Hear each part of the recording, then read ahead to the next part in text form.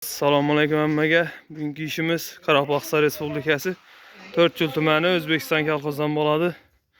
Ko'rib turganlaringizdek patolog ishlari, tunikafon, ichi listdan bo'ladi. Patolog, pol patolog, shifr narxlarına qiziqqanlar olsa, do'stlar patologlarimizning, tunikafonlarimizning metri 55 ming so'mdan bo'ladi. Patologlar 20 dan bo'ladi. Tekstis bo'lsa ko'rganlaringizdek Navis işler oturttu. Görgenlerinizde iş yapır işlengen eken teyinin patologu oturttu tunikafonları. İşimizin 80% bitti xuda kalasa. 20% 2 günlük bitedi. Öğrelerimiz hem aşıp gele boladı.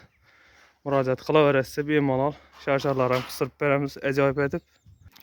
Görüşleriniz mümkün toklarından ötürüp acayip et lampişkelerden koyup beremiz. Kanaldan desenize lampişkeleri, tokları emmesini içinde koyup beremiz. Başka ustalar emmesili işine adını pılaladı mı? Bize emmesin içinde koyup beremiz. Patolog kvadrat beyalların boladan bolsa geliştirip arz hareketi işlep beremiz.